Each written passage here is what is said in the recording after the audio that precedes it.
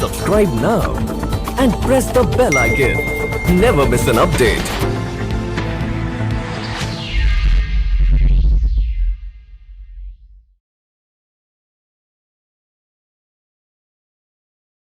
WFTC president, the board, the UNODC representative, SPYM board, the ED, the whole team of volunteers, great friends from India. I've made a lot of connections and friends with Indian. I also have good international friends. WFAD is also here, the Nova International is also here, and everyone.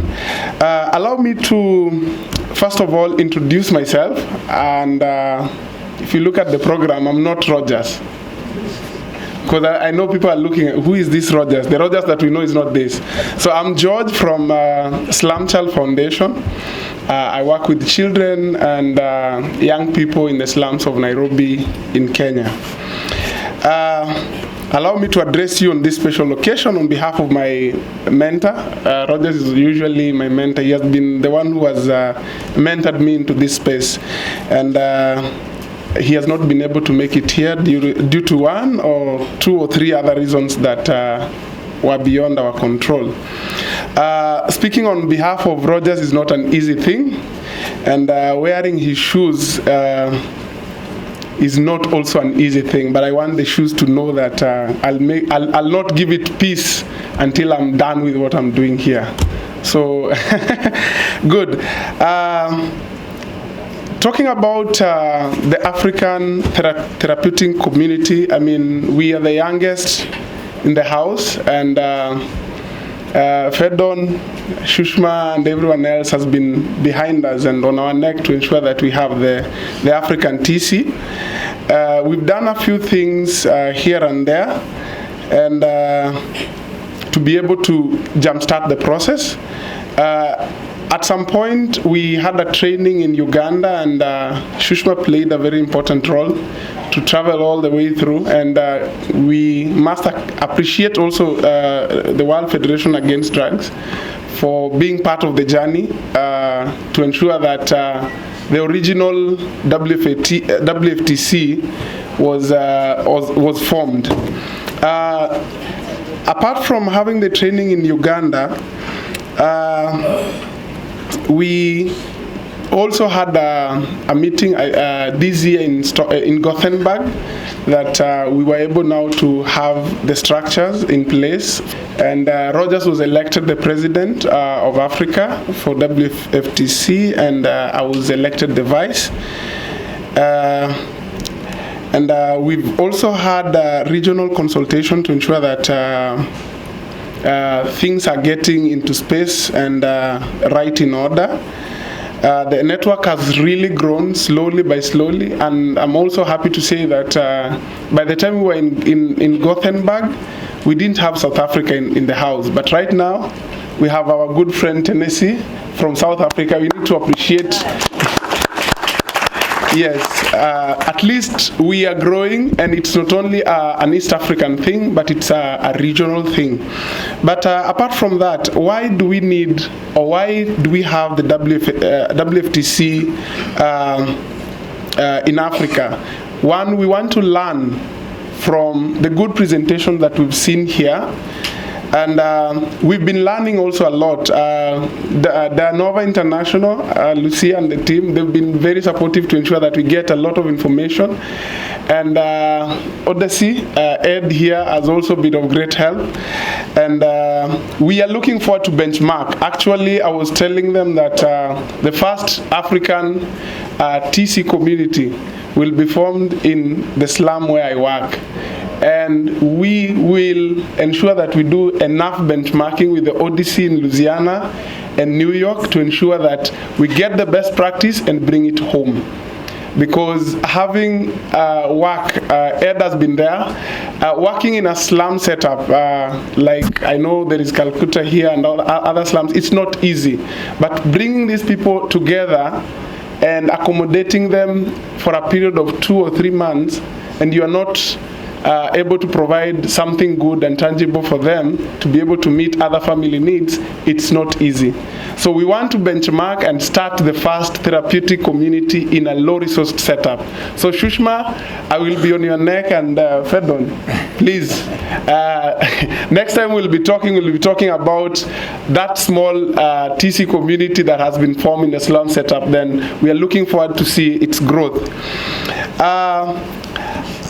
I'm still torn in between whether to call it WFTC in Korogocho, or we will call it Louisiana House in the slum. I don't know. We are still torn in between. But by the end of the 3 days, we'll have a good name for our TC community.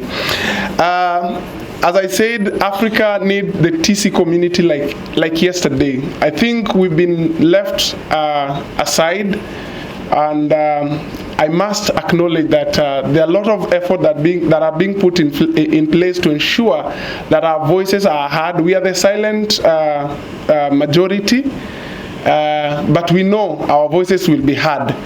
Apart from having that, there are several research gaps in Africa that needs to be bridged. This is also an area that we will work very closely with all the concerned stakeholders. WFAD was in Korogocho, and they really saw the real thing. And we are looking forward to combine all the efforts to see how we will be able to put everything in place to ensure that we get what we are looking for. I know we might be asking what next for the entire continent. We are looking forward to mobilize more members, and we will mobilize more members to become part of the TC community, because we need that like yesterday. We will still do regional consultation to ensure that people understand what it entails and how you can work it out with the small resources that you have in place. And apart from that, we are looking forward to invite you all. The next one of these TC conferences should be done and should be held in Africa. There is none that has ever been done in Africa, and it's my plea that we will consider this, that you should come to Africa and learn the best practices. And maybe finally, we are looking forward to see if there will be a possibility to launch the African TC community during the CND, the 2023 CND. So it will be my prayer that, Fedon, you know how to fix things, because people talk about you a lot here, and Shushma. And Augusto has also played a very important role. So we will ensure that we put all these heads together, and during next year's CND, we launch the African TC community, whereby we'll be able to start the journey and make it vibrant. We start slowly as Africans, but we are good at marathon, so we will definitely overtake everyone.